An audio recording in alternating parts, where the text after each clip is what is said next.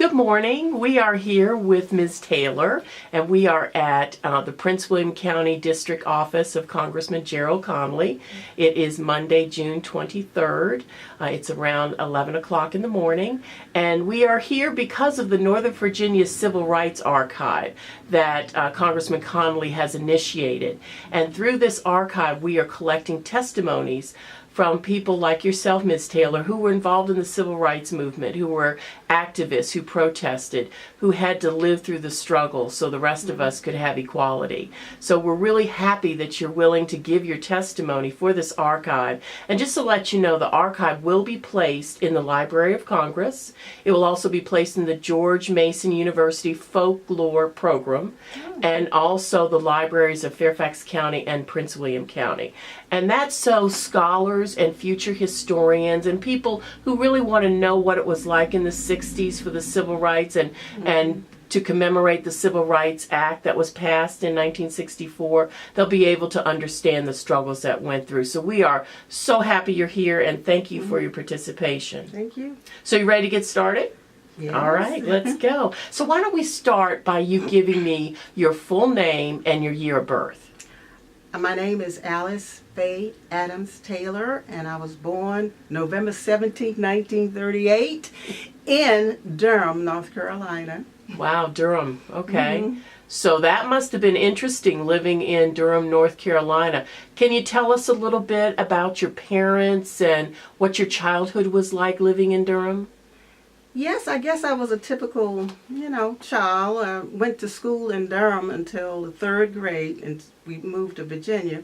But in Durham, I walked to school from my street. I could play with the other kids. My father was, we call him a sharecropper at the time until we moved into the city. And then once we moved in the city, he was a railroad worker, and my mother was a stay-at-home mom. She took care of us, and she was the educated one in the family. She went to the 11th grade. My father only finished the 3rd grade, so she was the educated one. But she always stressed upon us, as we were growing up, even in school, do our homework and, get an education. So we were typical little kids playing on the street and walking up and down the streets without any fear. So we just had a good time as children. Was there difficulty in race relations in Durham when you were young? Actually, there were no race relations as far as we knew, because as children, our parents protected us, and we were in a segregated neighborhood area all through my childhood in Durham, North Carolina. We did not meet any white people until we went to a store, and as children, we did not interact with them. Our parents did. And of course, they protected us and taught us how we should, I guess, navigate through the race relations. And that is, you were very polite to everyone. And in terms of hatred, there was no hatred from us to the other races, because, as I said, we did not mix. We were completely segregated during those days. It was only when we moved, when I was about 9 years old, going to the 4th grade, we moved to Virginia. In Virginia, we went to elementary school, and we walked to school. Then we went to junior high school, we walked to school, but all of these were completely segregated schools. There was no mixing of the races until I got to college. That is, in graduate school, really and truly, before we actually integrated. So, but in the 60s, there did come a time, and this is when I was in college, that, you read about race relations and the various things that were going on in terms of how things were unequal. But in high school, we walked to school, we had classes, we had all the books and things. They were provided for us. We didn't have to rent them or anything, but we turned them in at the end of the year. And this was in Norfolk, Virginia, where we were at the time. So we walked to school, walked home, no problems then, because as I said, we were all segregated. But that was in the 50s when I was in high school. but it was in the 40s when I was in elementary school, and early 50s. So we actually, had a wonderful childhood and living, because we were not wealthy or anything like that by any means, but we never went hungry. We always had food and clothes. On holidays, we had our little Easter outfits, and of course we were raised in the church, so we went to church every Sunday, and on special occasions we went back to church. We served in the choir. So we were typical children. I did have one sister and two brothers. My sister and I were college graduates. My brothers all went into service even before they finished high school, because they thought that was the thing to do. And of course they didn't really like going to school. But while they were in service, they both got their GEDs and took some college classes. So, we didn't have a bad life.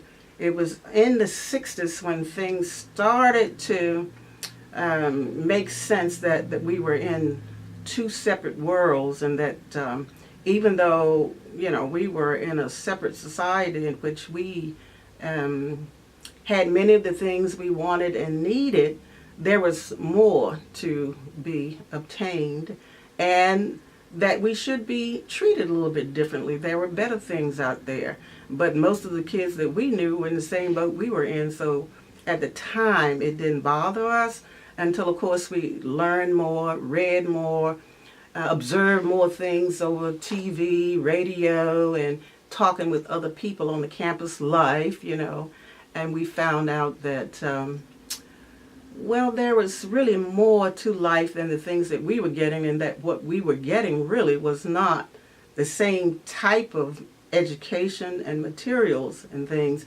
and that perhaps we were getting secondary books and materials and whatever, and of course that wasn't something that we thought should happen. We thought we were just as good as anybody else, and therefore why should we be treated any differently? So that was my brief childhood. But thinking about my mother, she always emphasized that education was the key to a better life. And of course, she was not a person who would teach us to be disrespectful or to fight in a race relations kind of thing. She taught us what we should do in order to survive, be happy, and to advance in society by hard work, getting an education, and that type of thing. And of course, she was even embarrassed when, I went away to graduate school and came back, and of course I met all the people from all over the world and this type of thing. So at that time, I was telling you earlier, I went to buy my mother a dress, because when I was in New York, when I went to the university, Columbia University Teachers College, we had a I worked as a secretary, so I had money. So when I came back home, I was going to buy my mother a dress. So we went downtown in Norfolk, Virginia. I think the street was Church Street. I'm not even sure, but the department stores were downtown on that street. And I can't remember the name of the one we went into, but it was one of the better department stores. And what year was this? In the 60s? This was in the 60s, because I went to graduate school in 61. Okay. So, and I finished graduate school in 63 when I was working on my master's degree. Okay. So that was the first advanced degree that I earned. So while I was there, when I came back home to buy my mother a dress, we went downtown. And we went into the department, because in New York, I go to stores, any of them, and I could shop and buy whatever I wanted. And there in Norfolk, when I went to the department store, I got the attention of a sales lady, and she came over and she was about to help us. Then a white lady came up, and she wanted to buy something also. So the salesperson who was going to wait on us told us to excuse her while she went over to help the white lady who was, now this is still in the 60s. And I said, oh, excuse me, we were here first, so we need you to help us at this time. And she said she ignored me and went on and helped the white lady. So after that confrontation, I went to the supervisor, went to the management office and told them all that had happened. And she apologized profusely. And I said, that is not their policy, blah, blah, blah. And I said, well, now, you know what you need to do is to train your workers so that they have the skills to deal with the customers and treat everybody fairly. So at that time, this is why I say I was not a civil rights activist as such, but I had an individual way of dealing with things throughout life, as a matter of fact. So at any rate, she gave us our apology, and anyway, we left. I didn't buy anything. My mother told me she was so embarrassed that she didn't want to go to the store with me again in life. She was so embarrassed, but my mother was, I guess, one who wanted to navigate the waters by doing what was expected, and she tried to bring us up that same way so that we would not rock the boat, not call attention to you, so that you could not be successful as you are living in this racist society, this segregated society. And it was racist because I'm sure based on those treatments of us that is helping, the policy was that they would help white people before they would help black people. I don't care how many, people were standing there. So in this case, I just made an issue of it, and which is what I always did subsequently, and even before that, if I saw something like that happening, even if it happened to somebody else, I would speak up. So anyway, this was one incident, and my mother didn't want to go to the store with me anymore because she didn't like that kind of confrontation. And when I